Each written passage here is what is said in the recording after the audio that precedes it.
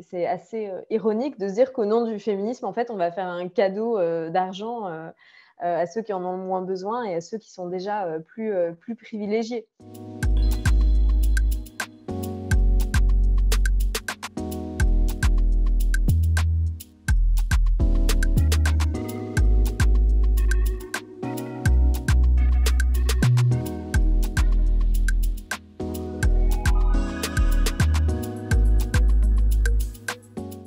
Avoir une répartition du budget à 50-50 dans un esprit d'égalité parfaite, en fait, c'est très inégalitaire parce que c'est comme si on demandait aux femmes d'appliquer une égalité qui n'existait nulle part ailleurs. Donc, on a ce chiffre en tête de 42 d'écart de revenus en moyenne au sein des couples. On est à peu près autour de 25 d'écart de salaire en moyenne entre hommes et femmes. Donc, c'est-à-dire que quand on a un revenu moindre, faire du 50-50, en fait, ça n'est pas juste. On épargne beaucoup moins, donc on peut moins acheter des biens structurants qui vont permettre de capitaliser sur le long terme, par exemple.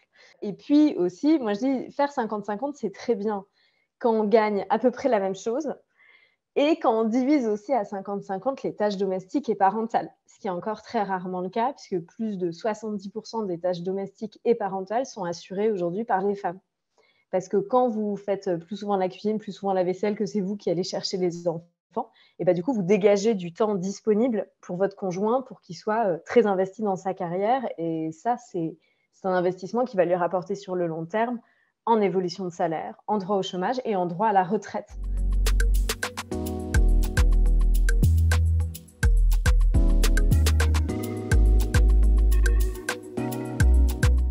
Ça invisibilise tous les coûts qu'elles ont eus avant même d'être en couple pour être considérées comme des bonnes candidates, moi ce que j'appelle la bonne candidate au couple hétéro. Donc c'est-à-dire il y a deux coûts, deux charges principales. Il y a la charge esthétique, donc qui est toute la prescription immense auquel doivent répondre les femmes en termes de critères de beauté. Donc être, si possible, mince, bien épilée, coiffée, maquillée, et ce, à tous les âges. Ça commence dès l'adolescence. Quand on a des enfants, il faut vite retrouver son corps d'avant. Quand on vieillit, il faut tout faire pour ne pas vieillir. Et cette charge esthétique, elle est vraiment beaucoup plus légère pour les hommes. Il y a aussi une charge que je trouve importante et qui est souvent un impensé que les couples ne partagent pas, c'est la charge contraceptive. Ça ne consiste pas que en une pilule qui coûte 2 euros. Il y a plein d'autres méthodes contraceptives qui ne sont pas remboursées. Il y a aussi le suivi gynécologique qui est très onéreux parce que la plupart des gynécologues font des dépassements d'honoraires. Ça peut aller jusqu'à plusieurs milliers d'euros en fait, à l'échelle d'une vie. Et ça, très souvent, on ne pense pas à le partager alors que les hommes bénéficient de la contraception aussi.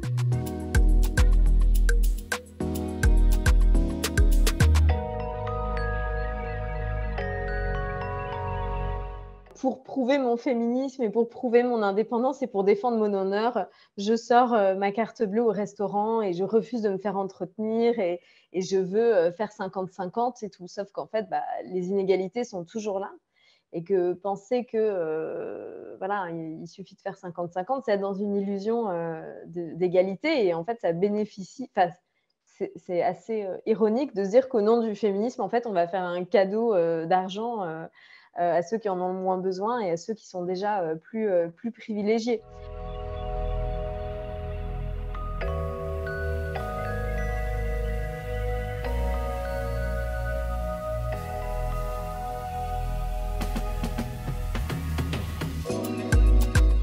Parce que très souvent, la réponse magique, c'est on a un compte commun. Et avoir un compte commun, ça ne règle pas tout. Si vous l'alimentez à hauteur de 30 ou 40%, vous allez peut-être culpabiliser vis-à-vis de cet argent et moins vous autoriser à acheter des choses ou voilà, où vous autocensurez, vous freinez sur l'argent parce que vous dites quand même c'est pas moi qui rapporte la majorité. Donc c'est pas si simple que ça. Ensuite, il y a aussi moi ce que j'appelle l'effet d'entraînement. C'est-à-dire que quand on vit en couple, souvent c'est celui qui gagne le plus qui va donner le là sur le niveau de vie. Et typiquement, ça va être quelqu'un qui ne va pas forcément vouloir vivre dans un plus petit appartement à la hauteur des revenus de sa conjointe, parce que lui, il veut vivre dans un appartement plus grand. Et donc, c'est des coûts supplémentaires qui font que, en fait, pour celle qui gagne le moins, elle va peut-être se retrouver quand même à dépenser plus de loyer et plus de budget vacances que si elle avait fait des choix à la hauteur de ses revenus. Et toujours avoir en tête que voilà, il y a aussi des dons invisibles et immatériels qui sont faits. Et si je participe à 30% du budget, mais que je suis celle qui fait la majorité des tâches domestiques et parentales, ben, est-ce que je ne mérite pas autant que l'autre 50% des parts de l'appartement qu'on a acheté ensemble, par exemple? On peut quand même penser à des systèmes d'équivalence, de reconnaissance du travail, enfin, du travail invisible et gratuit qui est fourni, parce que c'est du travail qui bénéficie à l'autre. Life. Life. Life. Life. Life. Life. Life. Life.